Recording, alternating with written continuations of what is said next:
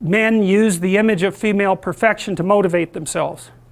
And that's exactly right. That's precisely what they do. You see that in the Tom Sawyer story.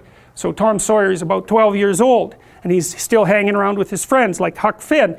And this girl moves across the street, Becky, and she comes out, and he's struck by her for the first time in his life. Something's changed. And the first thing he does is hop up on a picket fence and show off and balance in front of her. And he's saying, well, look at me, look at me. He's like the male bowerbird building something beautiful so the female will approve of it. And it's motivation.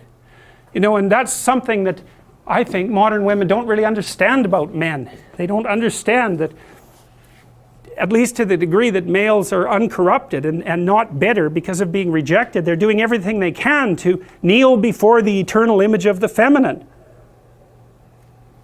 and try to make themselves worthy. That's the chivalry story, right? That's what you should encourage in your partner. So out of chaos emerges this first form. It's the feminine form. It's partly the form that represents novelty as such. So, and on one hand it's promise, on the other hand it's threat. That you wouldn't believe, and I don't know, because I don't understand the situation with women as well as I understand the situation with men, obviously, being a man. But I don't know if women have any idea how paralyzing they are to especially young men. A very large number of my clinical clients, but also young men I've talked to in general, are absolutely terrified of women because they're terrified of being rejected.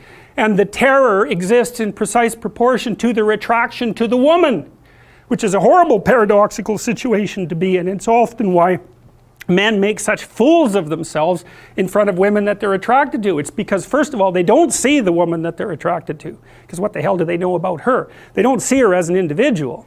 They see her as the manifestation of a judgmental ideal. And then it's only in establishing the relationship with the actual woman that they can start differentiating between the judgmental ideal and the actual individual woman. And that also requires a sacrifice. And the sacrifice is, you never can have an ideal woman. So to have a relationship with any woman, you have to sacrifice the relationship with the ideal woman, and you have to see the individual woman and separate her from the ideal. And that's the same thing that happens to the hero in Sleeping Beauty, right? He sees the evil queen who actually turns into the dragon of chaos, and it's not until he can defeat her that he can establish a relationship with the actual princess. And that's exactly the case. I had one of my clients who ran this men's group, which was quite interesting. One of the things they had the initiates do, which was very intelligent, was to go out and ask 50 women in one day for their phone numbers. Why?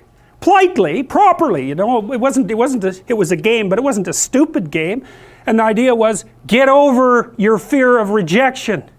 And how do you do that? By encountering it continually and continually and continually, so that you're no longer paralyzed by this.